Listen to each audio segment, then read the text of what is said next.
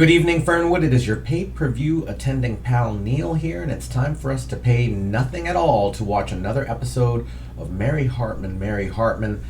This time we are watching episode 216 from January 31st, 1976. Let's take a look at everything that happened last week.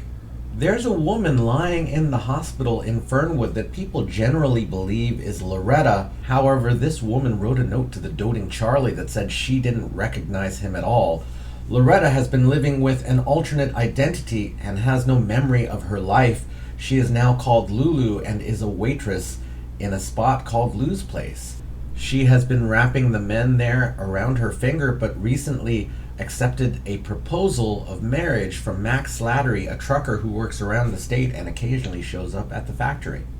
Tom started the week waking up from a bender in the bedroom of Lulu, though he didn't see her or recognize her right away. He was convinced that he slept with Lulu because an awful person suggested that he did. Mary has been her unusual, odd housewife self. She is a bit worried that Tom has been spending so much time away from home. A couple of weeks ago, Merle and Mary shared a kiss, and more about that later. May Alinsky and Merle Jeter have been at odds about the Alinsky report. May had set up a town meeting to discuss the report with the citizens and help share the information. But when Merle found out, he called the police to set up a raid. Wanda, in her corner, is happy to see a war between the sexes and all of the political capital that will build for her. Merle asks Mary Hartman to see him privately, but she gets out of it by saying that she is helping out at May's meeting, which was maybe not as successful as May had hoped because the police show up, as well as some violent men with baseball bats. A raid happens and May is arrested. Clete Meisenheimer went to the jail to interview May Alinsky about the Alinsky report. The entire town watched with bated breath as May first made clear that she did not intend to start a war between the sexes and was much more interested in improving the fun in the sex lives of the people in town.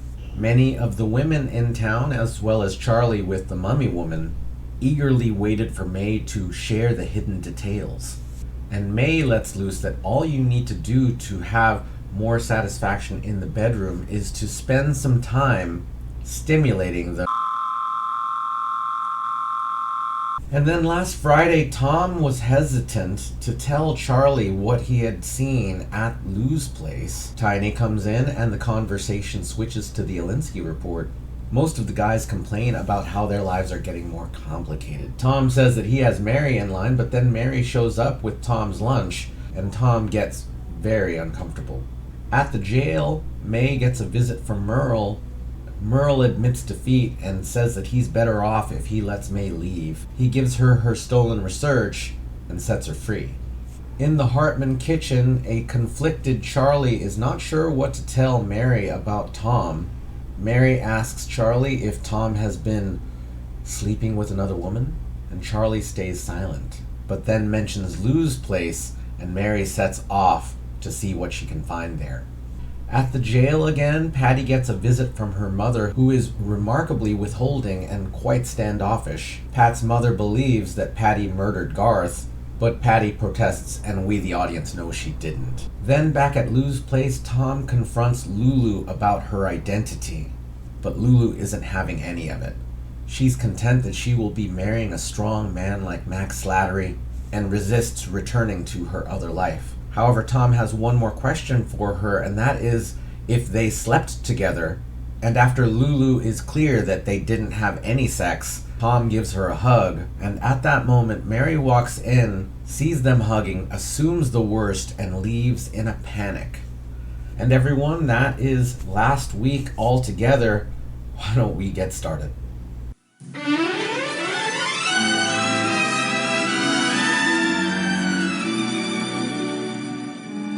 Mary Hartman! Mary Hartman!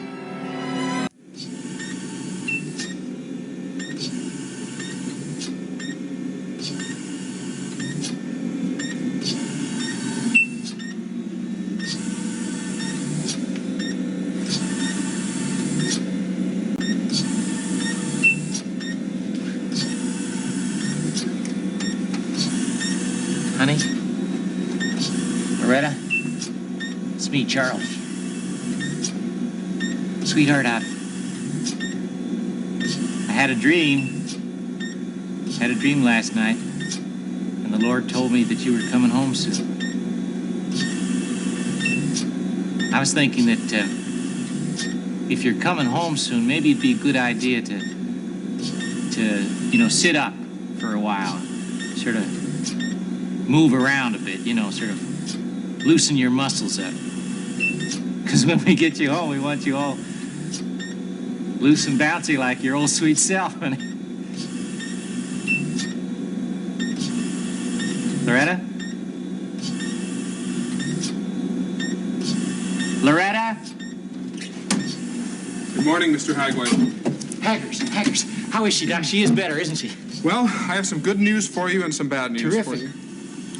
The good news is our tests indicate that your wife definitely does not have Parkinson's disease. Oh, that is wonderful news to hear, too, Doc. The bad news is that she's going to lie there like that for the rest of her natural-born days. What? Now, I know this must come as something of a jolt to you, but could we have a little chat? You don't know what you're talking about. That woman is going to get well in that bed. I mean, look at all them machines wheezing and beeping away. Doesn't that prove that she's alive and breathing? The machines aren't beeping because your wife is breathing. Your wife is breathing because the machines are beeping. If I pulled that plug, she'd go like that. You're not going to do that sinful thing, are you? Are you? I mean, you listen to me, Doctor. If you take one step toward that plug, No. I'm going to tear your lungs out. That's what I'm going to do. No, Mr. Hagway, listen to me. I cannot make that decision.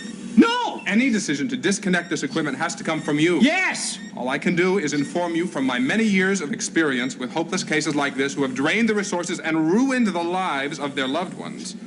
I don't want to influence your decision. Oh, good Hi, morning, Martha. Charlie. Hi, how are you? I brought Loretta a little present. Oh, that's terrific. Knowing how religious she is, I brought her this. It's a little tormented nun doll. They're very popular now. You see, you pull this string there at their side, and they have to decide whether or not to quit the order. There, pull the string. What do I want? Religious servitude? Or sex, liquor, and hard drugs? I think she is a little worldly. I know Loretta appreciates it, Martha. She may not show it, but I know she appreciates it. Look at her. Don't you look happy? Mr. Hagbush, we've been all through this Haggers. before. Your wife doesn't see the little nun doll. She's not happy because, unfortunately, her brain is no longer functioning. Now, don't you think the kind thing to do would be to just pull the plug and let her drift off into the sleep without end? I'm not being pushy. You saying let her die? No, those are not my words. Those are yours. I don't want to force your hand, but we need this bed space. I ain't gonna do that. I mean, any minute now, that woman is gonna be whooping out of that bed and whomping right into my ever-loving arms. Now, who is better qualified to be the judge of that? Me, a highly trained, objective professional specialist, or you, a semi-skilled laborer, albeit nice guy who, to say the least, is very emotionally involved? Loretta, say something. Loretta, say... Lord, give us a sign. Please, Mr. Hagman, be reasonable. We need this equipment where it can do some good. Stop talking like that. Martha, stop him. Oh, please, Dr. Osgood, please don't pull Loretta's plug. Who knows what it will do to her career? Damn it, listen to me. I'm the doctor. But I ain't gonna do it. That woman is gonna get better, I tell you. Mr. Hagwell, trust me. Oh, Rock of Ages, clap for me. Now stop this. She's not getting Stop better. this. Loretta, wait. She's gonna lie that look, you're being selfish. Now, get back. Just get I'm back. not touching this equipment. My hands are nowhere near these dials, but she's... What did I tell you? What did I tell you? Look, doctor, did you see a miracle? Did you see that miracle? If I let you pull that plug, we wouldn't even have her now. I knew the Lord would send her back to me. I just knew the Lord would send her.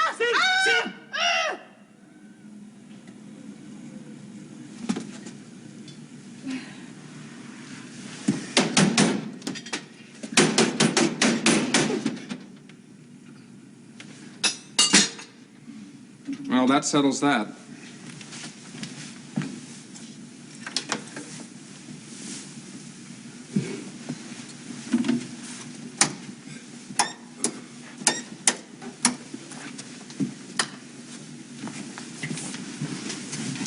Told you so.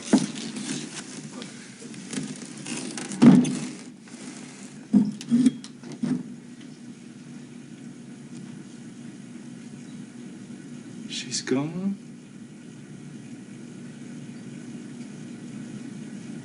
Loretta's gone?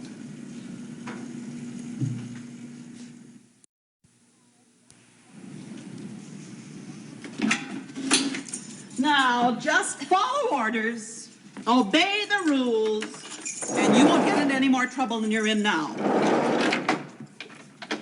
What a dump. Well, at least it's clean. Yeah. It's clean. Huh. You see, a jail should either be rat-infested or plush. And this one is just, boring. What did you do? Get busted in an after-hours Tupperware party?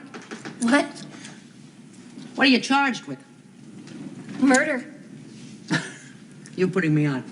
No, I'm charged with murdering my husband. How? Too much cholesterol in his din-din? With a Christmas tree. Well, that is heavy. It was an accident. Uh-huh. It was. Oh, yeah, sure. Sure, baby. I mean, that is really heavy. And what did you get arrested for? Because I was dumb. Dumb. What'd you do? Borrowed a car from a head. A what? A dude that's heavy into grass. Marijuana. He sort of lent me his wheels for a trip I'm making to the coast. Well, I came through this town here, and the local fuzz stopped me because I was inching a red light. Cased the car, found a roach. Ha! Here I am, in the slammer. Oh, I should have known better. Well, it looks like we're going to be roommates. It's fun to have a roommate. Last time I had a roommate was in college. Wild.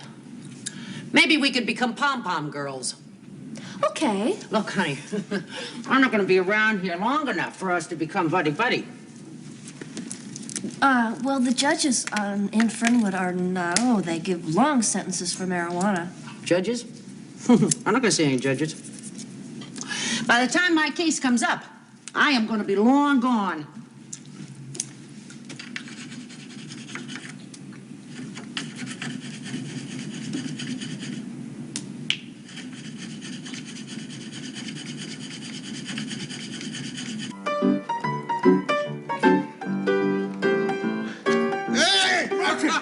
What are you trying to do? My goodness. Oh, get me out of here. Move me over there. Move me over there. Look out! Trying to kill me. All right, that's good. That's good. Leave it. Leave it. Somebody get me a glass of water. Hey, man, stop being so damn nervous, man. Weddings ain't fatal. I mean, ain't nobody ever died from getting married. Yeah, but after the wedding, he's gonna wish he was dead. Hey, listen, I want to thank you guys for coming to my wedding. I just can't tell you how much I appreciate it. That's what friends are for. Sorry, you think we'd pass up all this free booze? Hey, Lou, save some for somebody else, man. Yeah, sweeten Come it on, up fill here them a up. little bit. Here's a toast to the Oh, happy... shut up. Where's the bride? Where's the bride? Let's get the show on the road. Hey, relax there, Ram. I mean, she's just inside making herself pretty for the groom here. After a while, he's going to be seeing a lot of her. After the wedding, he's gonna be seeing all of her. Let me tell you about my wedding night. Shut up!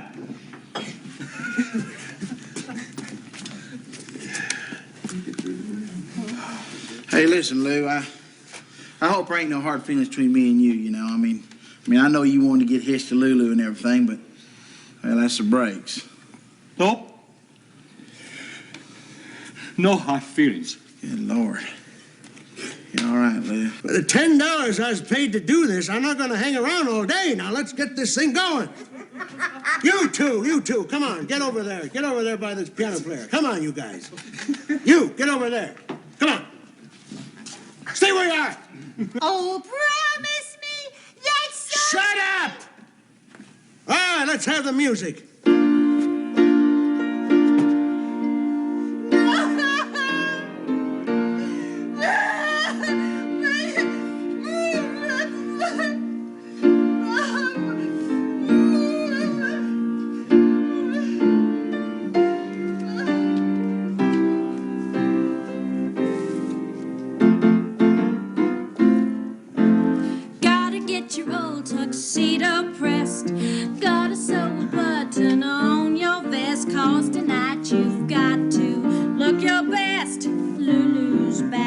town. Gotta get a $50 somewhere.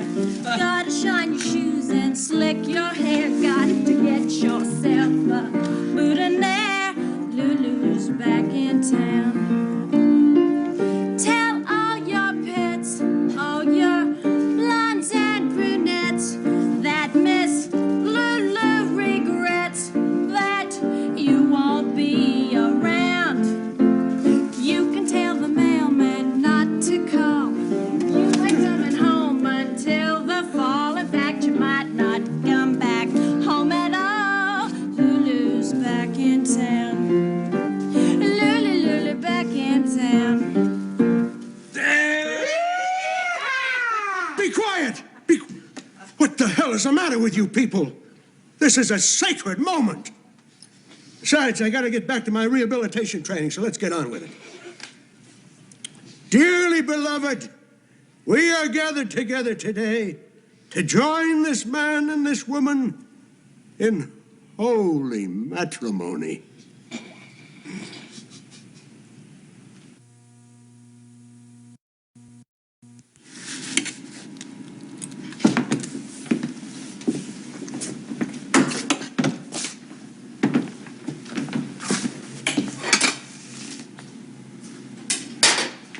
Hi, Mary, what the hell is going on here, huh?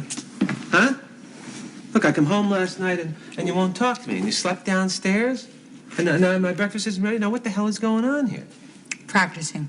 Practicing what? Living alone. What?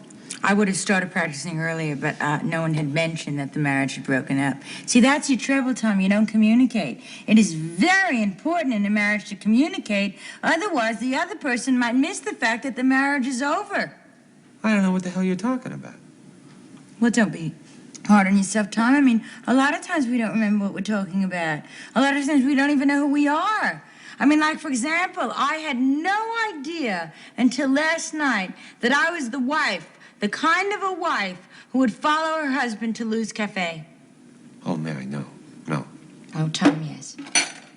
You followed me last night to Lou's Diner? Now, listen, Tom, I really don't think we should say anything right now that should be hurtful. I really don't. What I think we should be doing is talking about visitation rights. I think that you should visit Heather so that she knows there is a father, and I think I should get the microwave oven. After all, you'll be spending a lot of nights at Lou's Diner, and so you won't have any need to cook for yourself. Wait a minute. I don't know what you think you saw last night, but what you... Tom, it's not that. I mean, what do you think of me? I'm not petty. Look, I'm telling you the truth. I'm trying to bring her back to Fernwood so we can get everything straightened out. And I was going to do it today. You were going to bring that hussy into this house while Heather's parts are still in the process of developing? Wait a minute. Hold it right there. You said hussy. Mary, Tom. Mary, do you know who that is? Tom, sweetheart, it doesn't matter who it is. It's your house, and if it's your house, it's her house. Wait a minute. I don't think you understand something, Mary. I was not with a woman. Oh, no, Tom, this I really don't think I could take. I mean, no matter how much reading up I did on this one, I don't think I could take this one. I really don't. Mary, that hussy was Loretta. What? Yeah, I found her, honey. I found her, and I'm going to save her. Now I know what you're trying to do. You're trying to drive me crazy so that you can get custody of both Heather and the microwave oven. Well, it won't work, Tom. Mary, I don't know who that woman is inside all those bandages in the hospital, but it is not Loretta. Loretta is Lulu. You lie, Tom Hartman. No, I know it's hard to believe. I know it, but I swear to you, my right hand to God.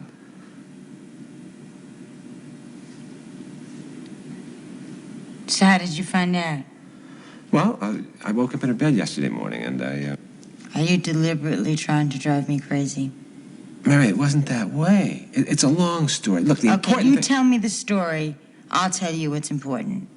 Mary, we did not sleep together. I mean, Lulu wasn't even there. Look, all that matters is that I found Loretta.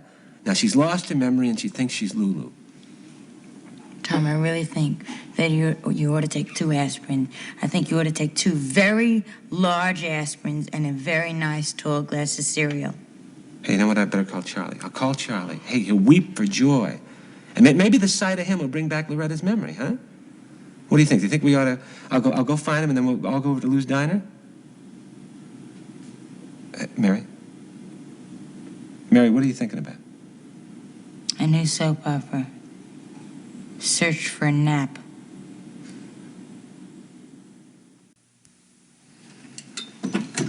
Oh, baby. You were my brightest star. You were my fairest flower. You were the sweetest warbler of all the songbirds in heaven.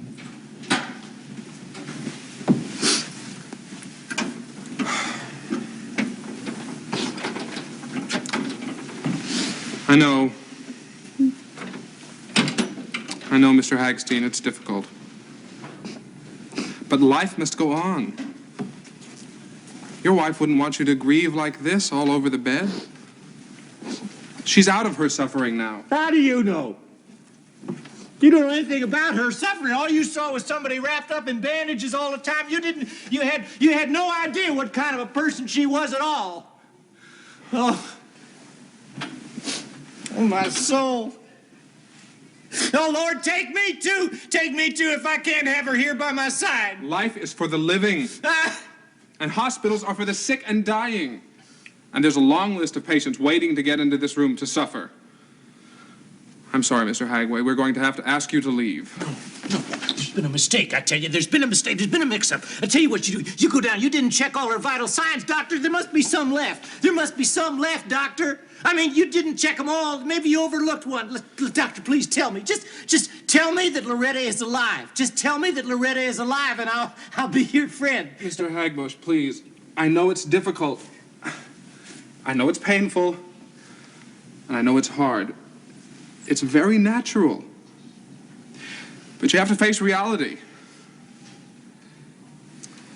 Look, it's possible to make a mistake about a skin condition or a gallstone, but I have never once incorrectly diagnosed a death. It's hard to miss. Your wife is gone. She's passed over. She's ceased to be. Payday, Hagbaum. Say it. Say it and face it. Say what? Loretta is dead. Can you say that? Form the words. Loretta is dead. Is dead. Very true. Now, I'm going to leave you and give you time to compose yourself. You have 5 minutes.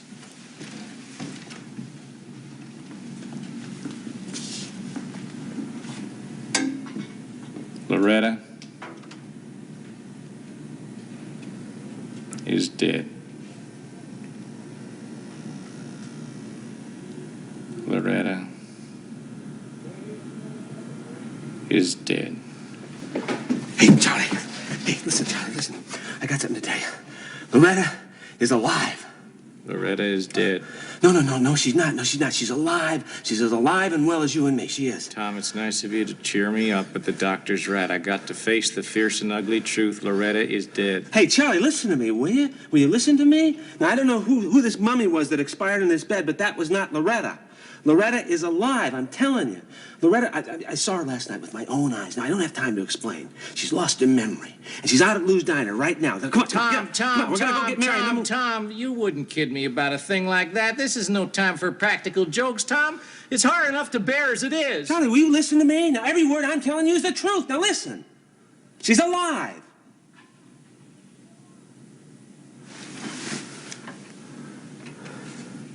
Loretta is alive? Yeah, she's alive.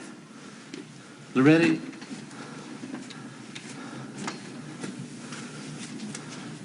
is alive? Loretta is alive.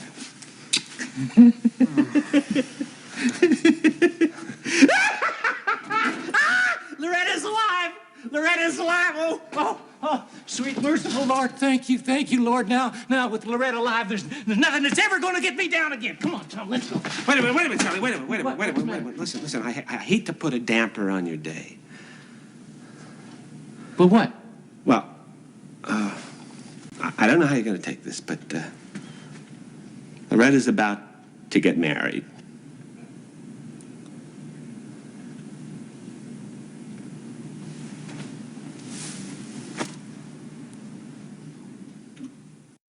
Well, things end and then they begin again. So I had mentioned that I went to a pay-per-view recently and described that, but I went to some big wrestling shows last week. Anyway, let's share a clip of something that I saw here. Yeah, we start with Charlie in the hospital over the mummy woman and just hoping. And I wondered if we were ever going to meet this character. And then the doctor comes in and says that it's time to pull the plug. And that's a hard question. And maybe I don't have a real good answer for any one individual on that. But that's where Charlie is, and he doesn't want to pull the plug. He doesn't. And Martha comes in with the nun doll, and that was amusing. And then the body bolts forward. We know it's not Loretta, but his feelings are real, even if the facts behind them aren't real. He's still, well, we see later, he's still mourning. And then we're at the jail as Patty gets a new roommate, a wild one, if that. She stole a car, and she stole a car from a head. She got searched and put into jail. Just heading out to the West Coast, so she didn't make it very far, apparently.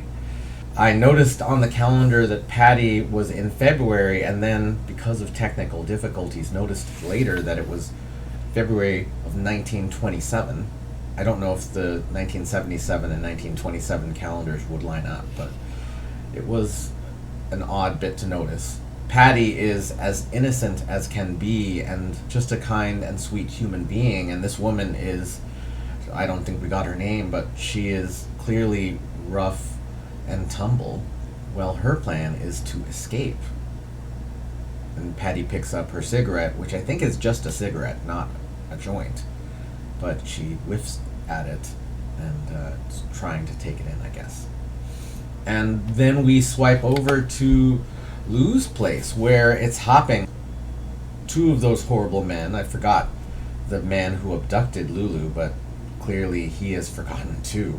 It took me a second to catch that the man in the wheelchair was the pastor that was holding the ceremony. But we're at Mac and Lulu's wedding. And that means that we're in for some imminence. Something's coming up because people are converging on Lou's place. It did look like Mac was nervous. He was pulling at his collar, and not in the way of, I'm just nervous, but like, am I doing the right thing nervous? That's how I've read it. Maybe you will see it differently. Then Mary is unhappy at home. Didn't sleep in bed with Tom last night and has decided that the marriage is over without talking to Tom. Maybe Tom doesn't deserve it. Not in real, like, Tom clearly wasn't cheating on Mary, but Mary believes it, so it makes sense. However, a conversation does seem apt. But Mary has decided that the marriage is over and didn't back up the facts that she had observed, didn't back up her observations. She didn't have facts. And then doesn't believe Tom when he tells her the truth, which is sad, because Tom was trying to help. He could have communicated better, and I don't know that I totally understand why he didn't just tell people what he was figuring out, except that he might have been very confused about it. But it read to Mary like he had been cheating on her for a week. And I don't know where Mary sits when she hears this news, or at the end of the scene anyway, because she rejects the news. She has been dealing with her sanity since returning from the mental home, the mental ward. It's not so great. And then Charlie is at the hospital also feeling not so great. He is starting the mourning process and in denial of Loretta's death. which we know is not Loretta, but he's in denial of the woman he thought was Loretta. We know that a reunion's on the way, so, you know, the feelings are mixed, but he definitely is dealing with grief. The doctor tries to set him straight, although the doctor also had on his agenda to get that hospital bed clear. Gives him 5 minutes to settle his feelings. And then Tom runs in and tries to get Charlie on board with going to Lou's place. Loretta is alive, Loretta is dead, Loretta is alive. Yeah, Charlie does find a little bit of hope. He sat in grief for a minute, but there's hope. Except that that hope is in someone who is at a wedding, at their own new wedding. And so we are going to have a reckoning, I expect, tomorrow. So everyone, thanks so much for watching with me. I'm pretty beat right now, but I'm having a good time. Thank you so much for watching. Thanks so much for leaving your thoughts and feelings. Thanks for not paying anything at all. And we will see you tomorrow night in Fernwood.